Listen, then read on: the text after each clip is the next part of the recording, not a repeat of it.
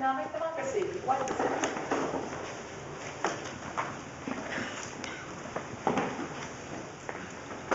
Well, good morning. Morning. I realized this morning as I was pondering, speaking about a subject, economic democracy, that I may be treading upon something we really hold sacred, our money, and what we might do with that. And then I thought, sometimes we get ideas and we get understandings of things, different concepts, and we hold them up here in our minds, but they really don't mean anything to us. We just know them.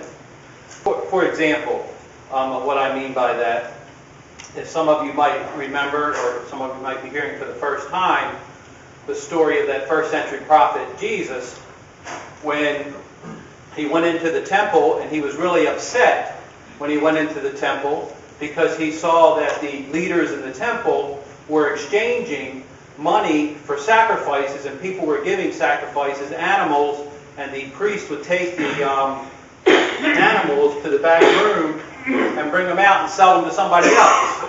Right? And so it was really fraudulent what they were doing. And I might know that story, and then Jesus flipped the tables over, and he chased people out of the temple with a whip, and he was enraged.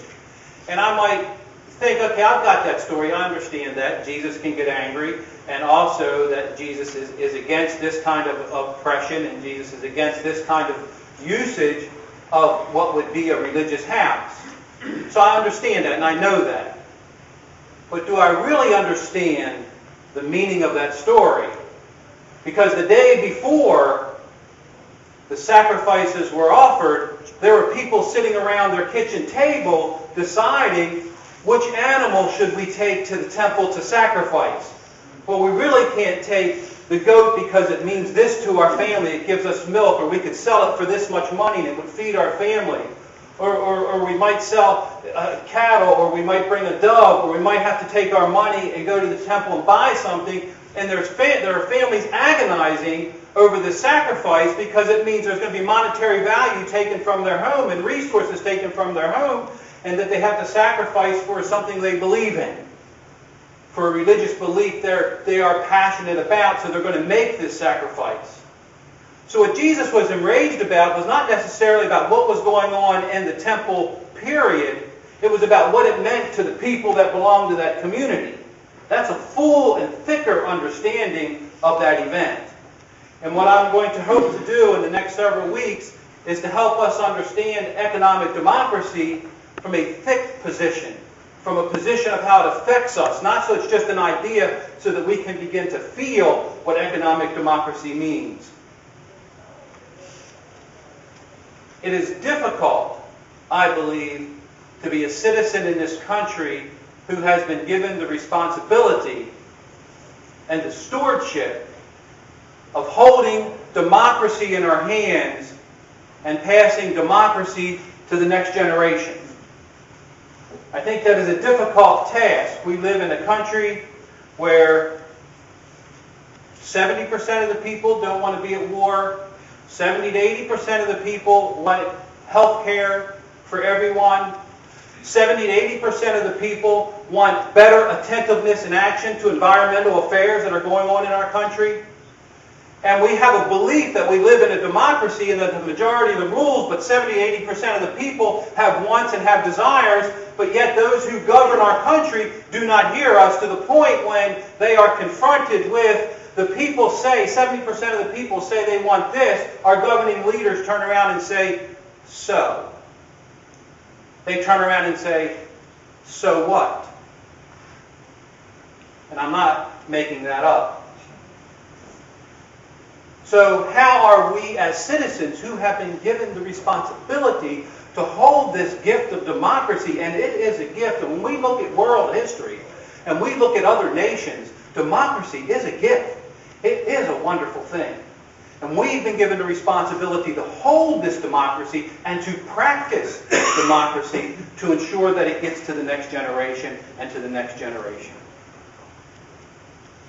I'm going to suggest today that we live between two economic poles.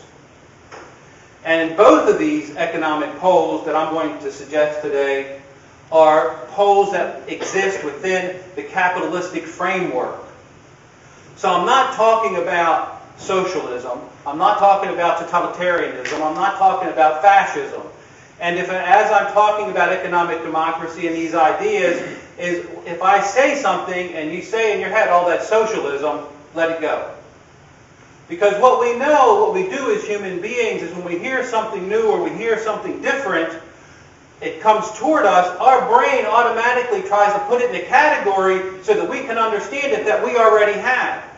The danger in doing that is that when I'm hearing new information or different information and I begin to categorize it in categories that I already have in my head, I can miss the nuances of something new.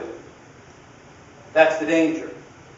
So as I'm speaking, if you try to categorize this in a category you already have, I'm going to ask you to suspend that and to hear this anew.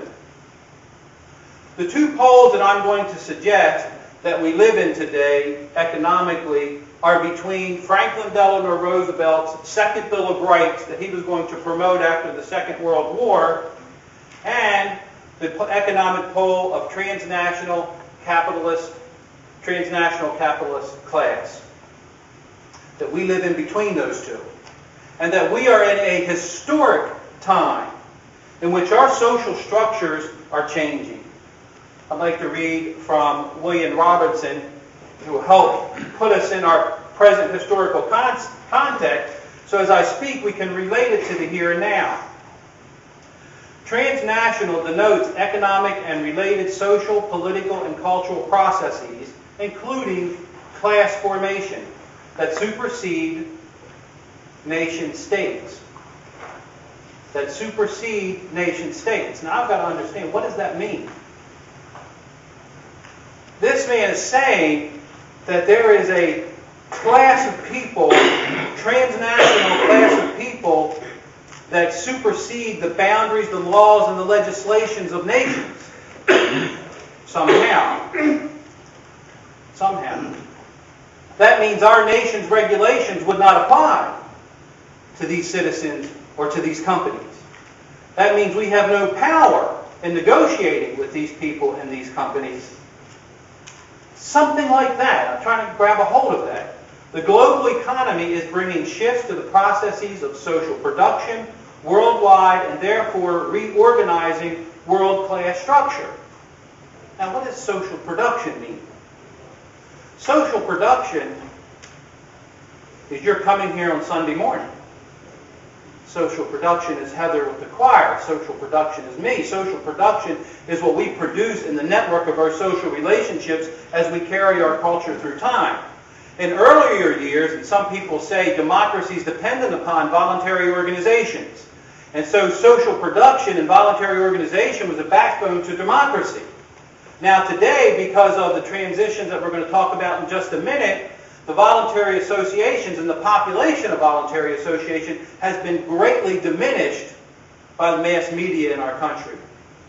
Rather than going to groups on, now Boston Legal's on Wednesday nights, rather than going to groups on Wednesday nights, talk about the governing of our country, I've got it in my head, I'm going to be home watching a TV show.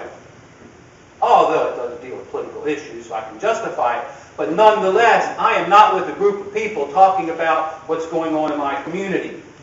So the social structure was changed by mass media. Is that what that means by the production? The rise of economic dominance of the joint stock company and the national corporation in the late 19th century affected class structure profoundly. With the consolidation of national corporations and national markets, local and regional capitalists crystallized into a national capitalist classes. Now, when I say that, do you have an immediate awareness that we live in a class society? Or not? And the fact is we do. But our sensitivities to it have been dulled. Because in our culture, we can climb through any class, and there's ladders going to any class, and it's easy for us to shift classes in our social status. That is the belief. is that the reality?